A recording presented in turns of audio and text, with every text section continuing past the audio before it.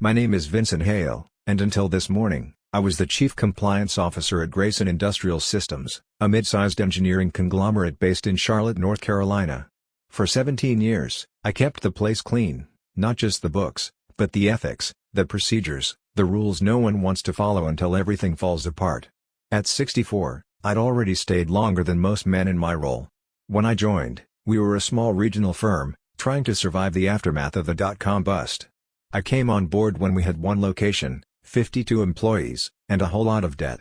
By the time I left this morning, Grayson had gone public, boasted 14 domestic facilities, 2 overseas partnerships, and a stock that had quadrupled over the past decade. I wasn't flashy. I didn't wear Italian suits or charm analysts on earnings calls. I didn't post inspiration quotes on LinkedIn. What I did was make sure every transaction was legal, every contract enforceable, and every report accurate. Not sexy work, but essential. That's what I thought, until someone decided it wasn't enough. That someone was Elijah Crane, the board's newest golden boy. 37, with the charm of a TED Talk host and the ego of someone who's never heard no. He'd come in 3 months ago as CEO with all the fanfare of a product launch, media articles about new blood, stock photos of him in designer suits on rooftop balconies, glowing press from startup blogs that barely knew what the company did. I knew who he was from the first handshake. Style over substance. And I knew what was coming the moment his assistant scheduled a casual check-in. We met in the corner conference room overlooking downtown Charlotte, the one with the wide windows and cold chrome table. He sat on the edge of the chair, grinning like a man who'd already won the argument. "Vincent," he said, crossing his legs casually, "you've been a steady hand here for a long time." 17 years, I said. Through 2 recessions, a lawsuit from the SEC, and 4 CFOs. Elijah laughed politely. "Exactly. And you've built great foundations, truly. But where we're headed now? We need someone who thinks like a disruptor. Someone with a fresh mindset." There it was, the line. I said nothing. "I've brought in someone to lead compliance with a more modern outlook. Young guy, out of MIT. Blockchain background. Speaks at conferences. Clean, sharp, innovative." I waited. Elijah was expecting protest. Drama. Rage. Instead, I gave him the thing men like him fear the most, stillness. "When's the transition?" I asked. His smile faltered just slightly. 2 weeks. We'll make the announcement during Q4 planning." "Very efficient," I said. He blinked. Then I stood, shook his hand firmly, and walked out. I packed that afternoon. 15 years in the same office and it all fit into one cardboard box, because, in the end, it always does. A framed photo of my late wife, Diana, from our last anniversary trip. A ceramic pen holder I'd made in a workshop just after her passing, trying to fill evenings with something other than silence. The brass paperweight from the company's IPO. And the leather binder Diana had gifted me the day I accepted the job, monogrammed in silver foil, VH. I didn't tell anyone I was leaving. No farewell email. No drama. But as I stepped into the elevator, I spotted Maya, one of our junior analysts, fighting back tears. "I heard," she said quietly. "This place won't be the same." "It never is," I told her. "That's the nature of progress." Then I added something I hadn't meant to say out loud, "Just make sure the progress doesn't lose its soul." What I didn't tell Elijah, or Maya, or anyone, was that I had already been watching. 6 months ago, I noticed odd entries buried in the general ledger. They were small at first, round numbers, vague descriptions, listed under digital integration consulting and agile advisory support. Too generic. At first, I flagged them quietly and asked accounting for backup. The responses were slow. The documentation? Often incomplete. Then came the first real red flag, a $500,000 contract to a firm called Silver Frame Solutions. No project scope. No clear service delivery. And no one in legal or IT had ever heard of them. I started digging. What I found was unsettling. Most of the payments tied to Silver Frame had come through after Elijah joined. Some had vague memos. Some had none. I cross-referenced vendor databases. Silver Frame had been incorporated just 6 days before Elijah's appointment as CEO. I didn't say anything then. I just started documenting. Every questionable transaction. Every missing signature. Every miscategorized expense. I downloaded mirrored copies of financial ledgers, created encrypted backups, and even archived email trails from budget approvals that felt off. Not out of spite. Not to get even. I did it because my job, my real job, wasn't to follow titles or trends. It was to protect the company. Even from itself. That night, back in my modest two-bedroom house in a quiet suburb outside Charlotte, I laid everything out on the dining room table. Emails. Contracts. Internal memos. The numbers didn't lie. But the people behind them? That was a different story. I stayed up past midnight, categorizing evidence, drawing timelines, and building a digital paper trail that led not just to Silver Frame, but to two more shell entities. All connected. All benefiting from Elijah's new digital transformation strategy. He hadn't let me go because I was too old school. He'd let me go because I still believed in transparency. I wasn't angry. Not yet. Just awake. For the first time since Diana passed, I felt purpose flood back into me. Not grief. Not bitterness.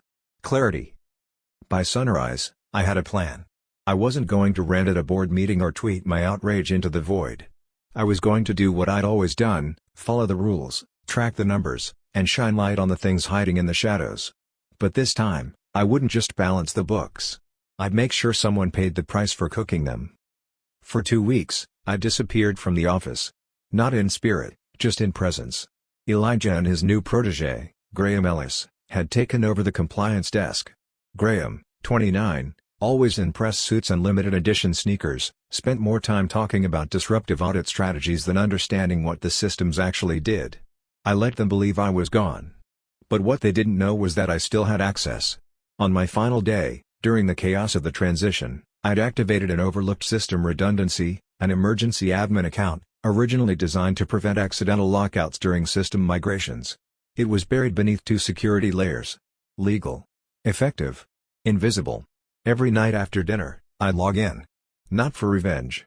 For preservation. The more I explored, the clearer the pattern became. Silver Frame Solutions wasn't a standalone anomaly, it was a node in a web. There were other shell vendors, Price Analytics, Quorum Logic, and Noble Brim Technologies. All incorporated within months of Elijah's arrival. All with similar invoice structures. And all channeling funds from operational innovation initiatives that had never been disclosed to the board in detail. Each company had a thin website, a generic mission statement about transforming enterprise strategy, and a contact email that went nowhere. Each company also linked, eventually, to the same P.O. box in Delaware. Delaware, the favorite hiding spot for shell operations that needed to exist legally, but not transparently. I wasn't surprised. Just saddened. The rot wasn't a crack in the wall, it was in the foundation now. Midweek, I took a walk down by Lake Norman. Diana used to say water cleared my head. She was right. I sat near the dock, watching a pair of boys skim rocks across the water. I thought about the early days at Grayson, back when the founder, Leonard Grayson, still walked the floor. Back when we made real things and earned our contracts with precision and pride. Back when the word integrity actually meant something. Now, we had vision statements and experience platforms. I wasn't a dinosaur. I just believed that evolution didn't have to come at the expense of honesty. By the weekend, my investigation had gone from suspicious to damning. The financial record showed over $9.4 million in outgoing payments tied to these fake vendors, categorized as R&D expenditures, tech partnerships, and even environmental compliance consulting. But no deliverables. No performance benchmarks. No trace of actual service. Then came the real break. I discovered an old LinkedIn profile under a pseudonym, linked to a man named Marcus Lowell, registered as the founder of Noble Brim. He had no connections, one photo, and no recent activity. But an archived version of the profile showed something else. He'd once listed himself as VP of Strategy for a startup Elijah co-founded 6 years ago, one that mysteriously folded after burning through venture capital without producing a single product. The trail looped. Closed in. It was all connected. Graham Ellis wasn't there to innovate. He was there to clean up the tracks. I called Eleanor, my former deputy from compliance, smart, detail-oriented, and too principled to survive in the new regime.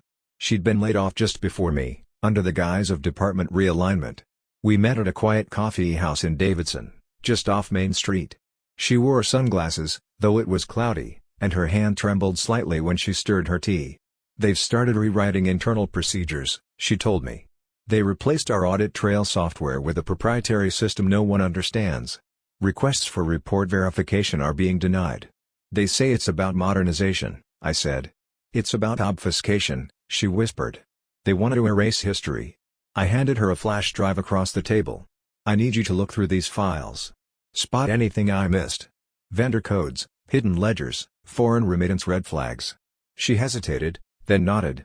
"You're not letting this go." "I'm not destroying the company," I said. "I'm saving it from people who already are." Back home, I spread the documents again across the dining room table, my war table.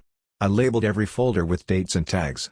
I printed hard copies of the most critical data and stored them in 2 separate locations, one in a fireproof safe, one with my lawyer, Alan Weiss, who'd handled Diana's estate and once told me, "You've got the instincts of a prosecutor and the heart of a priest."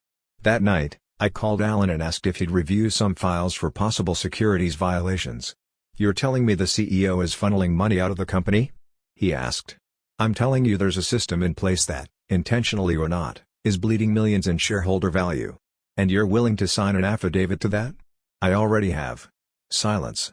"Then, send me what you've got. But be careful, Vincent. People who build schemes like this? They don't just roll over when exposed." "I'm not trying to expose them," I said. "I'm trying to make sure they can't hide anymore." On Friday morning, I received an unexpected call. "Mr. Hale?"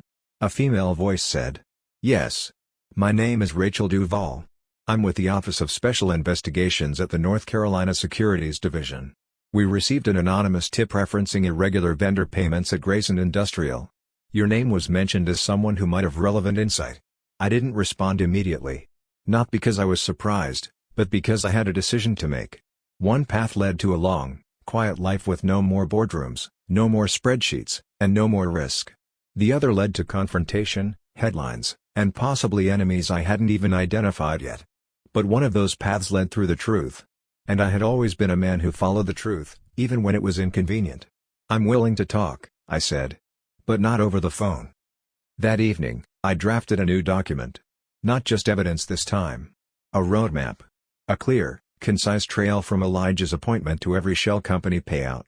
From each board vote that shifted oversight to each name that appeared repeatedly, sometimes in ownership records, sometimes on blind trusts, sometimes in stock movement reports that preceded public announcements by just a little too much. It wasn't revenge. It was accounting. And I intended to settle every ledger. The morning I met Rachel Duvall, the securities investigator, the city was half awake. Downtown Charlotte shimmered under a thin morning mist, the buildings towering like silent witnesses to decades of ambition and quiet corruption. We met in a nondescript government office, 3rd floor, peeling blinds, humming fluorescent lights. She offered me coffee, which I declined. I'd brought my own thermos, just the way Diana used to make it. Still used the same recipe. Still carried the scent like armor. Rachel was in her 40s, sharp eyes, and a quiet confidence that told me she'd seen enough to know when someone was hiding something, and when someone was simply done being silent. "I appreciate you coming in," she said, settling across from me. I placed my binder on the table. It was heavy, not just in weight, but in consequence. "I won't speak publicly," I told her. "Not unless I have to. I'm not looking for attention. I just want the record corrected." She nodded. "We can work with that." Then I opened the binder and began walking her through what I'd uncovered, systematically, patiently, like I'd spent decades doing in boardrooms full of people too busy to read what they'd already signed. An hour passed. Then 2. By the time we broke for lunch, Rachel's notepad was full, and she looked both intrigued and deeply concerned. "This isn't just mismanagement," she said. "No," I replied. "It's theft. With a corporate face and digital gloves. What do you want, Mr. Hale? Justice? Revenge?" I took a long sip from my thermos. "Accountability. For people like Maya, Beth, and Eleanor. For shareholders who believe in what the company used to be. And for Diana." She tilted her head slightly. "Your wife?" I gave her a tired smile. "She died 3 years ago. Cancer." But I still imagine what she'd say about all this. And what would that be? I looked at the window. Don't stop until someone has to explain themselves under oath. Back at home, I checked my backup systems. The files had synced properly. My encrypted drive, hidden in a fireproof safe behind a row of old finance textbooks, was untouched. The dead man's switch I'd installed on my cloud folders was working perfectly. If I didn't reset the timer every 72 hours, the entire archive would go to 3 news outlets, the SEC, and a national investigative podcast I trusted. The way I saw it, I wasn't just protecting myself. I was buying time, for the truth to catch up with the facade. The following Monday, Graham Ellis finally noticed something. It started with a curious system alert, a login from a legacy admin account that wasn't listed in his current access table. He sent an inquiry to the IT team. They shrugged. It was an old clearance possibly left over from my transition. He told them to deactivate it. But by then, it was too late. The files had already been duplicated. The transactions backed up. The flowcharts annotated. Every shell vendor, every fake invoice, every email that hinted at illegal coordination, it was all in my possession, carefully labeled and stored in multiple places. I didn't need to be in the system anymore. I had everything I needed. That week, I heard from Alan, my lawyer. "You're stirring up a storm," he said over the phone. "Words leaking. Someone tipped off a journalist from the Carolina Ledger. They're asking about missing vendor payments." "I didn't talk to anyone," I said. "Doesn't matter. It's in motion now. You've opened the door." There was a pause. I knew what was coming next. "You ready for what comes through it?" I leaned back in my chair. Outside, the sun was setting, its gold rays spilling over my small backyard like liquid truth. I've lived too long doing what's right for other people. I think it's time to do what's right, period. 2 days later, the first domino fell. Elaine Martin, one of the board's independent directors, publicly announced she was requesting a special audit of all vendor contracts signed in the past year. Her statement was short, almost bland. But in corporate speak, it was a declaration of war. 2 hours after her statement hit the wires, Elijah Crane called me. I didn't answer. He tried again. This time he left a voicemail. "Vincent. It's Elijah. Look. I know you've got concerns. I think we should talk. No lawyers, no boardroom drama. Just a conversation. I respect what you've done for the company, really. Let's find a solution together." I didn't return the call. You don't bargain with the arsonist after the house is already burning. That night, I met Eleanor again.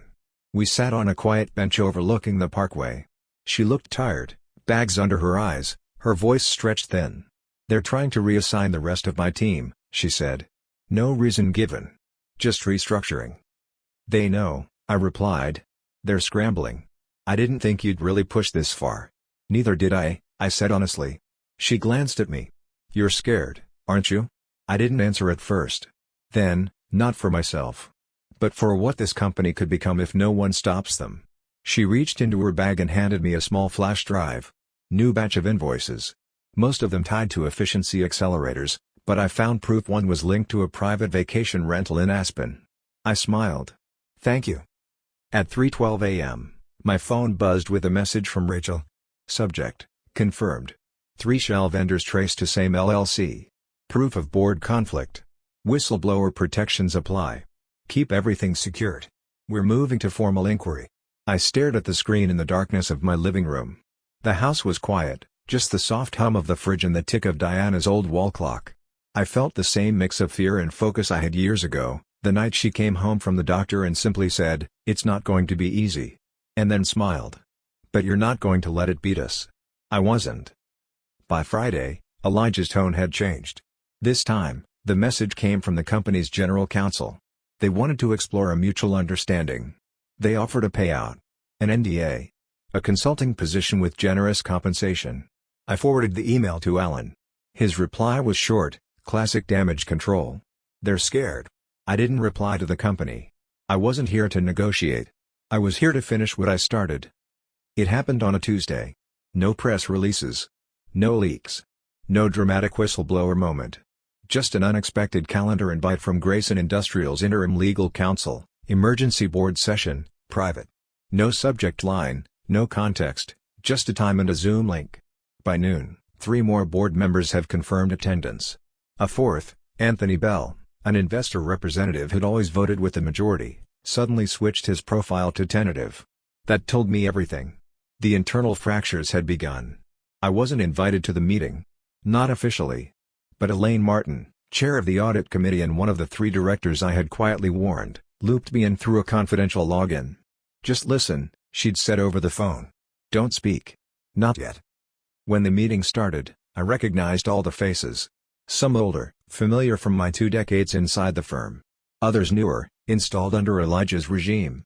Some wore concerned frowns. Others, tight-lipped neutrality. But Elijah? He looked calm. Too calm.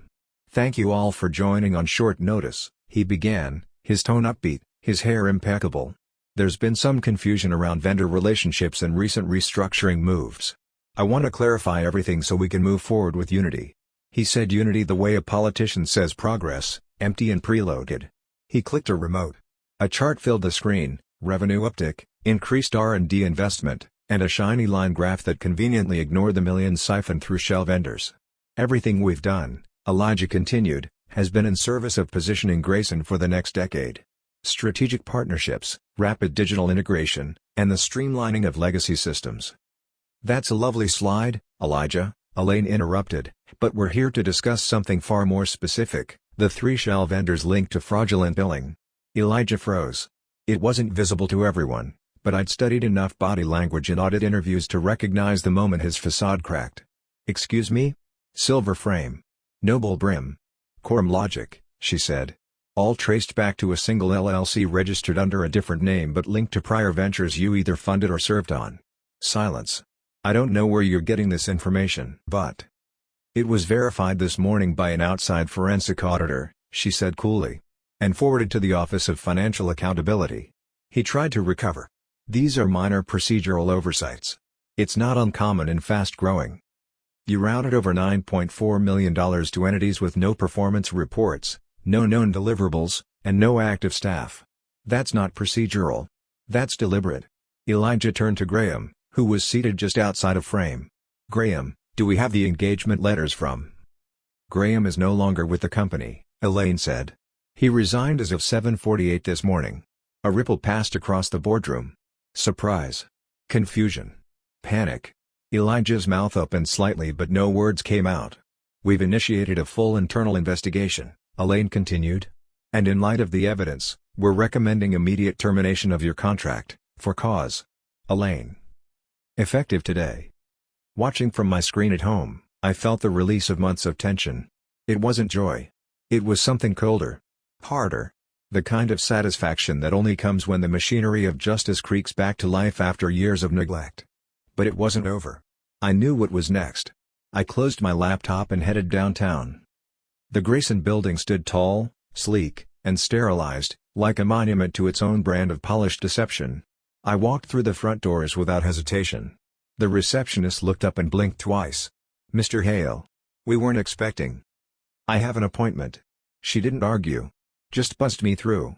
Elaine met me outside the elevator on the top floor. She wore gray, the kind of gray that looked like armor. Thank you for coming, she said. The forensic team would like to speak to you directly. We stepped into the boardroom. Gone were the flashy posters of innovation first. Instead, documents lined the table, printouts, graphs, spreadsheets, legal affidavits. And at the head, a tall man in a dark blazer stood to shake my hand. Mr. Hale. My name is Victor Renner. I'm heading the internal investigation on behalf of the external compliance team. I've prepared a full report, I said, placing a hard drive on the table. Cross-indexed. Includes vendor trails, email chains, login timestamps, and internal approvals that were falsified. He took it with a quiet nod. And your motivation? He asked. Not with suspicion, but curiosity. I paused. Looked out the window at the skyline. This company mattered once, I said. It can again. But not if it keeps rewarding rot and punishing those who ask questions. By the time I returned home, the news had broken. Grayson Industrial announces immediate CEO termination amid internal audit. Anonymous source triggers financial reckoning at Grayson. Shell companies linked to former CEO in multi-million-dollar fraud probe. My phone buzzed non-stop. Some messages were from former colleagues, people who'd once sat across from me in staff meetings, now apologizing for their silence. Others were from reporters, fishing for comment. I ignored them all. The only message I replied to was from Eleanor. They're calling you the ghost in the ledger. You did it. My response was simple. We did. That weekend, I returned to Lake Norman. Same bench. Same breeze. The horizon stretched wide, and for the first time in a long while, the silence didn't feel empty. It felt earned. I carried with me a letter. Not an affidavit. Not a legal document. Just a note I'd written to Diana years ago and never had the courage to throw away. A letter about legacy. About what matters after the promotions stop and the titles fade. I burned it gently in a small tin by the water, watching the smoke drift upward, A silent offering to the woman who'd kept me anchored in a world of shifting rules. Grayson would recover. Slowly. Elaine had taken temporary leadership. The board was reorganizing. New audit protocols were being written, by the same people who once rolled their eyes when I insisted we back up everything twice. And me? I wasn't going back. Not to a desk. Not to a title. But I'd agreed to consult, quietly, on my terms. 3 days a week. No meetings. No PR. Just truth, built line by line. Because in the end, that's what I've always believed. Not every war is fought with headlines and speeches. Some are fought in spreadsheets.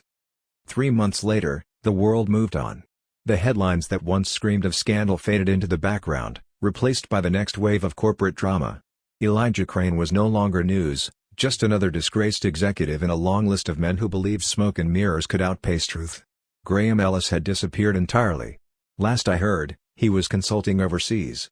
Maybe in Dubai. Maybe in Singapore. It didn't matter. The grift had moved on, but so had the cleanup. And Grayson Industrial? It survived. Not unscathed. But intact. They clawed their way through the worst of it. With Elaine Martin appointed interim CEO, the company began rebuilding from the inside out. Vendor contracts were reviewed. Audit trails restored. Internal controls rewritten with the kind of thoroughness I had once begged them to prioritize. I watched from a distance, not because I didn't care, but because I knew it wasn't mine to carry anymore. I had moved west. To a small, weathered cabin tucked into the hills just outside Asheville, North Carolina. The air was quieter here. The trees didn't ask questions. The roads wound like memories, slow and uncertain, but always moving forward. The cabin had 2 bedrooms, one I used, and one I kept furnished for guests who never came. Diana had always wanted a house with a porch, and so the porch stretched wide, creaking beneath the weight of rocking chairs we'd picked out years ago but never bought. Now I sat in them each morning, coffee in hand, watching the Blue Ridge Mountains breathe in the fog. I wasn't done working, not entirely. 3 times a week, I drove into town to help a local nonprofit that offered job training to veterans transitioning back into civilian life. They'd lost their finance director 6 months ago. Now I was their temporary advisor, a title that made me laugh. I managed their books, streamlined their payroll, taught the staff how to read an audit report without glazing over. It wasn't Wall Street. But it mattered. One afternoon, after finishing a budget meeting with their director, I found a handwritten note tucked into my binder. "We sleep better knowing you watch the numbers." Simple. Honest. Exactly why I'd spent 40 years doing the job. Back at the cabin, I maintained habits I couldn't shake. A daily ledger on my desk. Not financial, personal. I tracked moments instead of numbers. Monday, helped Carla set up online grant submissions. Tuesday, hiked to the Overlook. Fog cleared at noon. Wednesday, call from Eleanor. Grayson settled with the SEC, no penalties for employees. It kept me grounded. Because the truth was, I wasn't chasing closure. I was chasing peace. And sometimes peace isn't a finish line. It's the quiet you earn after the storm has passed. One evening, just as the sun dipped behind the trees, I received a call from Beth, the former accounting manager at Grayson. She'd been promoted to director of finance. "They finally recognized what you taught us," she said. "Elaine's rebuilding the department the way it should have been all along. There's talk of a full-time compliance school for interns. Based on your model." I smiled. "That's good to hear." She hesitated. "They want to name it after you." "No. Vincent. Name it after the principal. Not the person." "What principal?" I paused. Then said, "That the numbers never lie. And neither should the people behind them." A week later, I received a small envelope in the mail. Inside was a card, handwritten, from Rachel Duval, the securities investigator. Formal inquiry concluded. All charges filed. Whistleblower protections remain in place. Your actions helped prevent over $25 million in additional losses. Thank you for trusting the system, even when it didn't trust you. I stared at it for a long time. Not because I needed validation, but because it meant the truth had landed. And stayed. That night, I opened the drawer where I kept the leather portfolio Diana had given me all those years ago. Inside was a single photograph, her standing in the middle of our old garden, holding a clipboard, laughing at something I'd said. On the back, in her handwriting. "There's no glory in being right. Just peace." I had never fully understood it. Until now. The next morning, I walked down to the lake. The air was crisp. Geese floated like little boats in the distance. I sat on the bench, same one I'd come to during the worst nights of the investigation. A young man sat down beside me, maybe in his 20s. He looked nervous. Hesitant. "You Mr. Hale?" he asked. I nodded. "I was told you might be able to help me. I'm trying to start a small business. Got a loan offer, but I don't know if I'm being taken advantage of." I looked at him. Saw the same expression I'd seen on board members, interns, and CFOs alike, someone trying to navigate a system built to confuse. I smiled. "Let's take a look." And so, it continued, not as a crusade, not as revenge, not even as redemption, but as quiet stewardship. Because sometimes the strongest legacy is not the building you leave behind, but the blueprint others carry forward.